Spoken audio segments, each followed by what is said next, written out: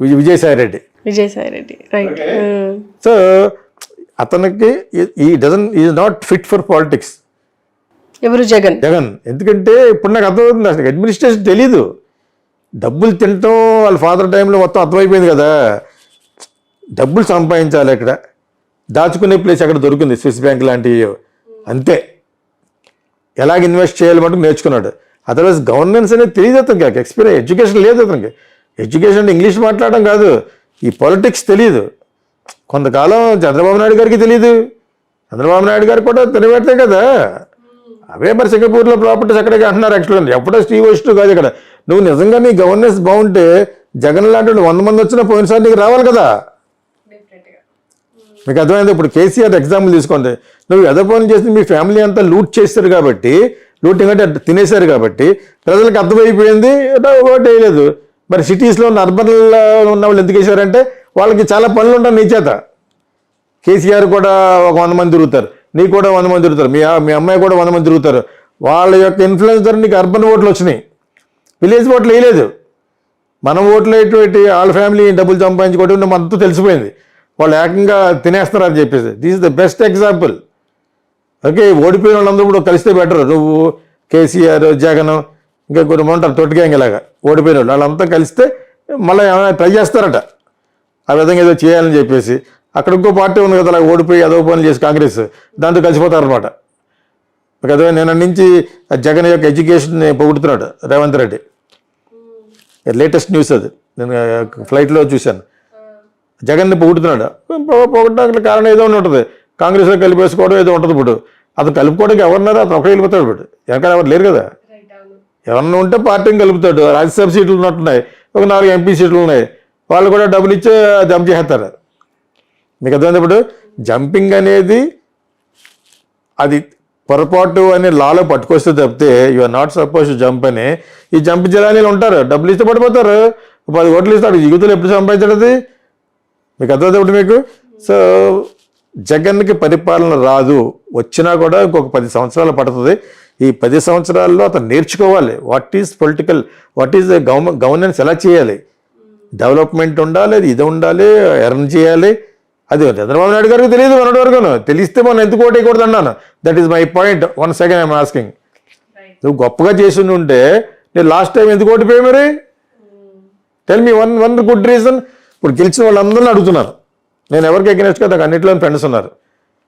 Okay, including Pawan Kalyan అడుగుతాను, చంద్రబాబు నాయుడు గారిని అడుగుతాను, అందరిని అడుగుతున్నాను. Last time I did you. అప్పుడు అప్పుడేమన్నారు, ఇతను ఏదో ఈవీఎంలో చేశాడన్నారు. ఇప్పుడు ఇతను అంటున్నాడు మీరు ఏదో ఈవీఎంలో ట్యాప్ చేశారని. ఇవి పక్కన పెడితే వై డిడ్ యూ లూజ్? ఇటు అంత ఘోరంగా ఎందుకు ఓడిపోతావు? అంతకు మించి ఘోరంగా ఇప్పుడు ఇతను ఓడిపోయాడు. కర్మ అనేది ఒకటి ఉంటుంది, అది పక్కన పెడితే ఇతనికి అడ్మినిస్ట్రేషన్ తెలీదు, గవర్నెన్స్ ఇలా చేయాలని తెలిస్తే అమరావతిలో అట్లా బొక్కలు వచ్చి చేటు ఎలా వదిలేస్తాడు?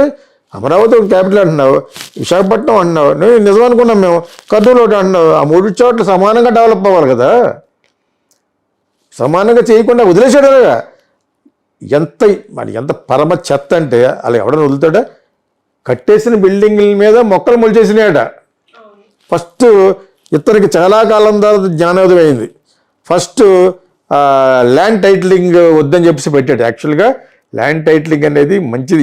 వీళ్ళొచ్చి కొన్ని పారాగ్రాఫ్లు మార్చారు జగన్ యొక్క క్రిమినల్ మైండ్ తోటి. ఏది ఏమైనా కూడా చంద్రబాబు నాయుడు వచ్చి వద్దు అని పెట్టాడు. మొత్తం తీసేశాడు. తర్వాత ఏమో అమరావతిలో మళ్ళీ రీకన్స్ట్రక్ట్ చేస్తున్నాడు. తర్వాత ఈ రోజు ఒకటి అన్నాడు ఆయన, విశాఖపట్నం కర్నూలులో కూడా we will develop, employment generation చేయటం కోసం అక్కడ కూడా ఉంటాయని ఇండైరెక్ట్గా.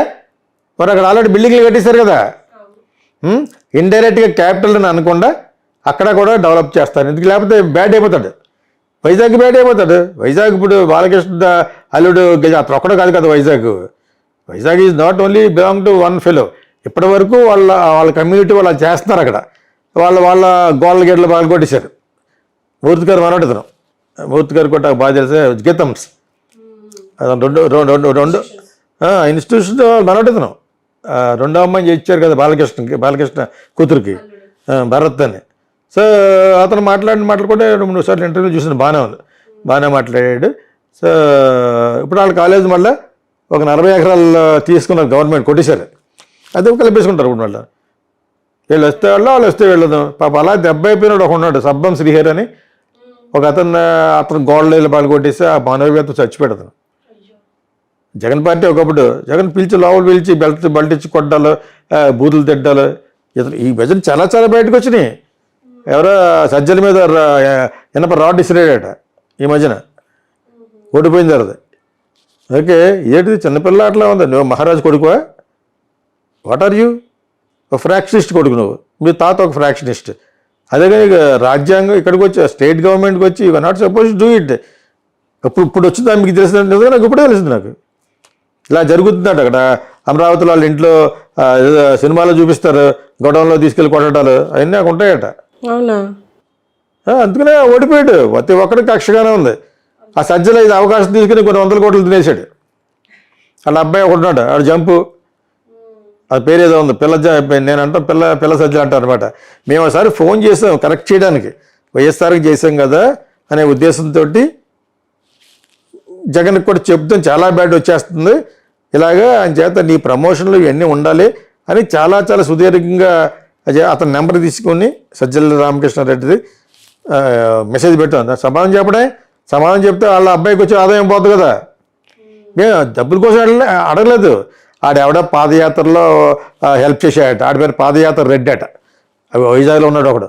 వాడు వచ్చి దాన్ని ఎప్పుడో ఏదో సందర్భంలో కలిశాడు హోటల్లో. మేము వర్క్షాప్ చేస్తున్నాం ఆంధ్ర యూనివర్సిటీలో.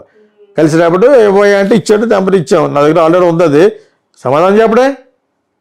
నువ్వు నిజంగా జగన్ శ్రేయస్ కోరి వైఎస్ఆర్టీపీ శ్రేయస్ కోరితే నేను I'm prominent figure than you. నీకంటే ప్రామినెంట్ నేను. నువ్వు నిన్నగా మనం వచ్చే సాక్షిలోకి సాక్షి వచ్చే 30 ఏళ్ళ క్రితమే I was award winning director. అదే ఆయన తెలుసు నాకు అన్నాడు. అంత చెప్తా ఆడితో మాట్లాడుతున్నాడు. ఆ పదయాత్ర రెడ్డి అట్ట పడతాడు, నాతో మాట్లాడలేదు. మరి వాట్ డస్ ఇట్ మీన్? నువ్వు ఏ కోసం అసలు ఇతను ఓడిపోవడానికి సగం కారణం ఈ విజయసాయి రెడ్డి, ఈ సజ్జల, వీళ్ళందరూ వీళ్ళే. అతను భయపడి చంపేస్తారేమని భయపడిపోయి ప్రెస్ మీట్కి వచ్చేవాడు కాదు.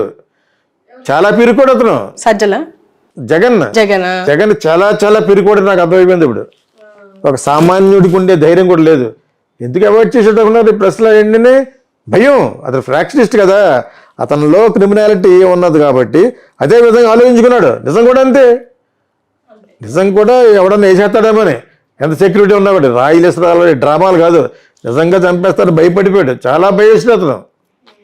లేకపోతే రెగ్యులర్గా ఎదుగు తెరలేకపోయి వైఎస్ఆర్ ఏమన్నాడు, నాకు సెక్యూరిటీ వద్దన్నాడు. వాళ్ళ ఫాదర్ కూడా ఫ్రాక్షనిస్ట్, దుర్మార్గుడు రాజారెడ్డి అన్న అతను. మరి అయినా కూడా ఇతను వేరేగా పెరిగాడు. ఇతను వేరేగా ఇమేజ్ తెచ్చుకున్నాడు డాక్టర్ కన్నా. సీఎం అయిపోయిన వెంటనే నా గురించి జంక్షన్లో కార్లు ఆపడాలు వద్దు, ప్లస్ నాకు సెక్యూరిటీ వద్దంటే బ్యూరోక్రేట్స్ అన్న వద్దన్నారు. అలా ఉండకూడదు సార్, ఉండాలన్నారు.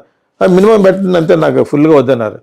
అదేవిధంగా హెలికాప్టర్ ఎక్కినప్పుడు కూడా మామూలుగా ఎక్కేసాడు. చిన్న లావడ్ ఏదో టిఫిన్ ఇస్తేనే. అతని యొక్క మెంటాలిటీ వేరు. అయితే అతనికి ఫ్రాక్షనైజింగ్గా వాళ్ళని చేయాలి. ఏదో కాంట్రిబ్యూట్ పొజిషన్లో ఉంటే ఉండని వేసి ఉంటారు తప్పితే వాళ్ళు ఎవరు తక్కువ కాదు. కానీ వైఎస్ఆర్ చాలా తక్కువ ఆ విషయంలో. మీకు అర్థమైందా? అందుకని అంతకాలం ఉండగలిగాడు. మరి ఎందుకు పడిపోయాడంటే మళ్ళీ కర్మ అది. నేను పడగొట్టేశారో పడ్డావా అనేది కర్మ వీళ్ళోదట, మనకు తెలియదు ఆ అకౌంట్. బట్ ఇతను చాలా భయస్ట్. ఎందుకంటే ఇతను ఇంకొకటి చంపేసే తత్వం ఉంది కాబట్టి, ఓని బాబాయ్ని చంపేసి ఆయన చంపేసే తత్వం ఉంది కాబట్టి ఈ was so scared. Shit scared షోలో ఇతను భయస్తుడు. నీ మొక్కల్లో ఒక కవళగిల్లో తెలిసిపోతుంటేనే నువ్వు భయస్తుడని. ఇంకా నువ్వు చీఫ్ మినిస్టర్ ఏంటి? ఒక పక్కన అనుక్షణం లోపల బెయిల్ మీద వచ్చేది ఒకటి ఉంది, అది పక్కన పెట్టండి పోని. సరే ప్రజల్లో అయినా మన్నను తెచ్చుకున్నామంటే లేదా ఒక పేదవాళ్ళకి డబ్బులు వేసి వాళ్ళు ఓటేస్తారంటే వాళ్ళకి అర్థమైపోయింది 7 గంటలు ఇతని కంటే ఎక్కువ వేస్తాడన్నాడు అతను. అక్కడ లేబర్ మెంటాలిటీ చూపించుకున్నారు వాళ్ళు.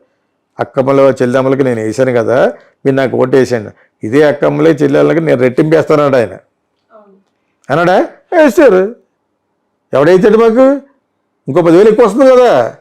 అని చేత the moral of the story is people will always be on money side. అందరి దగ్గర తీసుకున్నారు, ఇంక్లూడింగ్ జనసేన. ఈసారి జనసేన కూడా డబ్బులు ఖర్చు పెట్టింది. మీకు అర్థమైంది? ఇప్పుడు మీకు ఆ నుంచి ఖర్చు పెట్టింది చాలది. మా దగ్గర ఇంతే ఉన్నాయి అని ఇచ్చి గోవిందా అంటారు. ఏమంటారు అప్పుడు? పోన్లే అని కన్విన్స్ అవుతారు. 10 ఏళ్ళ నుంచి కష్టపడతాడు, వస్తారు కూడా గెలవలేదని చెప్పేసి